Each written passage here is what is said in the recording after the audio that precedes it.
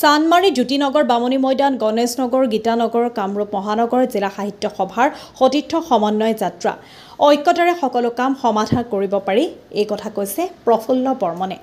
আজি অসম সাহিত্য সভাৰ অন্যতম পথিকৃত জিলা কামৰূপ মহানগৰ জিলা সাহিত্য সভাৰ বিতুকত শাখা সভা আৰু জিলা সাহিত্য সভাৰ মাজত সুসম্বন্ধ সমন্বয় একতা গঢ়াৰ মানসেৰে সতীৰ্থ সমন্বয় যাত্ৰাৰ অংশ হিচাপে চানমাৰী জ্যোতিনগৰ বামুণী ময়দান গণেশনগৰ আৰু গীতানগৰৰ শাখা সভাসমূহলৈ গৈ মত বিনিময় কৰে। জিলা সাহিত্য সভাৰ সভাপতি প্ৰফুল্ল বৰ্মন আৰু সম্পাদক অৰুণ কুমাৰ মহন্তৰ নেতৃত্বত যোৱা সজাতি দলটোত সহকাৰী সম্পাদক মুকুট দাস, প্ৰচাৰ আহ্বায়ক দীপক শৰ্মা, সাংগঠনিক সম্পাদক ধনজিৎ তালুকদাৰ আৰু বৃত্তীয় উপদেষ্টা কাৰ্তিক চন্দ্ৰনাথে অংশগ্ৰহণ কৰে। পাঁচোটা শাখা সাহিত্য সভাই জিলা সাহিত্য সভাৰ দলটোক উষ্ম সম্ভাষণ জনায়। আনহাতে চানমাৰী সাহিত্য সভাৰ হৈ অংশ লয় ভৰদ্বাজ ভট্টাচাৰ্য, বন্তি শইকীয়া দত্ত, মঞ্জুলা বেগম, জীৱনী ডেকা, গোবিন্দ চন্দ্ৰ ডেকা, আব্দুল তালেক, মনোমোহন মেধি, ডক্টৰ গীতা দত্ত চহৰীয়াই। আকৌ জ্যোতিনগৰ সাহিত্য সভাৰ হৈ ৰামকৃষ্ণ চক্ৰৱৰ্তী, হিতেশ পাঠক, বাবুল চক্ৰৱৰ্তী, অৰুণ ৰাজবংশী, অশ্বিনী কুমাৰ শৰ্মা, স্বৰ্গেশ্বৰী স্বৰ্গীয়াৰী, ডক্টৰ দীপক মজুমদাৰ, বাবুল চন্দ্ৰ কলিতা, দীপিকা দাস, অনুৰাধা ভৰালী, কুলদানন্দ চৌধুৰী, কন্দৰ্প কুমাৰ ভট্টাচাৰ্য উপস্থিত থাকে।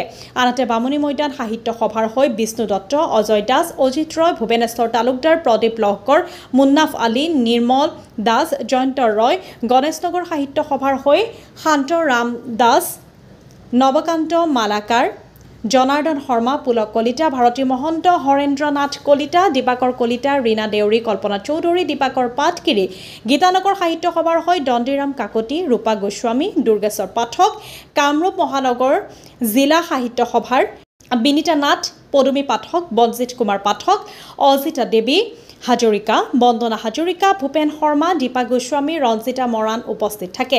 জিলা সাহিত্য সভাৰ সভাপতি প্ৰফুল্ল বৰ্মনে নিজৰ ভাষণত আগবঢ়াই অৰ্থাৎ এই কথা কয় যে ঐক্যতাৰে সকলো কাম সমাধান কৰিব পাৰি।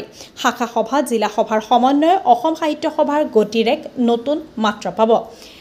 জিলা সাহিত্য সভাৰ সম্পাদক অৰুণ কুমাৰ মহন্তই কয়, শাখা সাহিত্য সভাৰ দুৰ্যোগ গতিতহে অসম সাহিত্য সভাৰ শক্তি বাঢ়ে। শাখা সাহিত্য সভাসমূহ শক্তিশালী হ'ব লাগে। গুৱাহাটীৰ পৰা দীপক শৰ্মাৰ ৰিপৰ্ট, নিভাজ অসম লাইভ। জিলা শাখা আৰু মূল এই জিলাক বাদ দি অসম সাহিত্য সভাৰ কোনোটো অনুষ্ঠানতে জ্যোতিনগৰ সাহিত্য সভাই ইয়াৰ কোনো ব্যতিক্ৰম কৰা নাই। মই যিখিনিলৈকে জানো জ্যোতিনগৰ সদৰ সাহিত্য সভাই প্ৰতি বছৰে যি জিলা আৰু অসম সাহিত্য সভাৰ প্ৰতিনিধি মাছলৈকে আদি কৰি আৰু প্ৰতিখন শাখাতে প্ৰতিখন সভাতে আমাৰ প্ৰতিনিধিয়ে যোগদান কৰিছে। কোনো এটা বছৰো জ্যোতিনগৰ সাহিত্য সভাৰ বাদ কৰা নাই। মই নিজে চনটো পাহৰিলোঁ বামুণী অধিৱেশনত, তেতিয়া মই প্ৰথম জ্যোতিনগৰ সদৰ সাহিত্য সভাৰ পৰা জিলা সাহিত্য সভাৰ মই প্ৰতিনিধিত্ব কৰিছোঁ।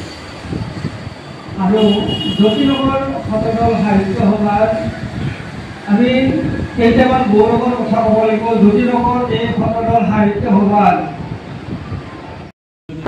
সমিতিখন এনেই বহি থকা নাই, কিবা ভাল কাম কৰি আছে। সেইকাৰণে আমি প্ৰচাৰ সম্পাদকক লগত লৈছোঁ।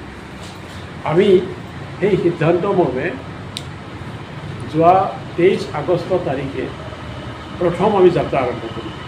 আৰু যাত্ৰা আৰম্ভ হৈছে আমাৰ চন্দ্ৰপুৰ শাখা সাহিত্যৰ পৰা। প্ৰথম আমি চন্দ্ৰপুৰ সেই মূললৈ গ'লোঁ। চন্দ্ৰপুৰ শাখা সাহিত্য প্ৰথমে গৈ আমি অভিভূত হৈছোঁ। তেওঁলোকে ইমানবোৰ মানুহ আহি আমাৰ কাৰণে ৰৈ আছে। তেওঁলোকে কৈছে যে আমি এই 14 বছৰৰ কামৰূপ মহানগৰ জিলা বা তাৰ আগত কামৰূপ জিলা আছিল, এনেকুৱা কাৰ্য আজি আগতে পোৱা নাই। এতিয়া সভাপতি সম্পাদক নিজে দৌৰি আহি আমাৰ ওচৰলৈ আহিছে।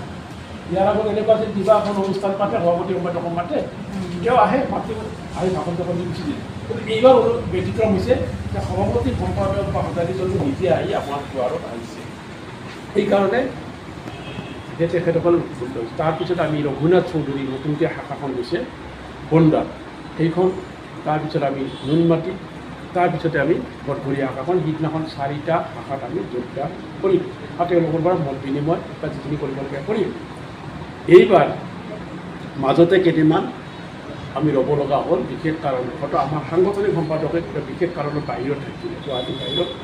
তেওঁ নথকাৰ কাৰণে যিহেতু আমি সাংগঠনিক সম্পাদকক লগত লৈ বা তেওঁৰ পৰিকল্পনা মতে কামবিলাক কৰি আছোঁ গতিকে তেওঁ নথকাৰ কাৰণে মাজতে কোনো এতিয়া খুব সম্ভৱ আজিৰ পৰা খুব ঘন ঘনকৈ আমি বাকী শাখাবিলাকক ক'ব কেইবাগৰাকীও আমাৰ মাজত নাই তেখেতসকলক সশ্ৰদ্ধ ধন্যবাদ জনাইছোঁ আৰু আছেই এইবিলাক আৰু এই ক্ষেত্ৰত আমাৰ গীতানগৰ সাহিত্য সভাৰ কেইবাগৰাকীও ব্যক্তিক নাম ল'ব লাগিব কাৰণ তেখেতসকলৰ আশাহীন প্ৰচেষ্টাত আজি আমি এই ঘৰটো পাইছোঁ আৰু আমি বহিব পাৰিছোঁ আজি মোৰ এইটো ভাল লাগিছে এইকাৰণে যে আমাৰ গীতানগৰ সদৰ সাহিত্য সভাৰ আপোনালোকৰ অহাৰ সময়তে মই কৈছোঁ যে ভাদমহীয়া আমাৰ মহিলা বেছি সদস্য তেখেতসকল ভাদমহীয়া নামত ব্যস্ত থাকে তথাপি তেখেতসকল যে নাম এৰি হ'লেও বা নামত গৈ হ'লেও আহিছে তাৰ কাৰণে মই তেখেতসকলকো প্ৰণাম যাচিছোঁ আৰু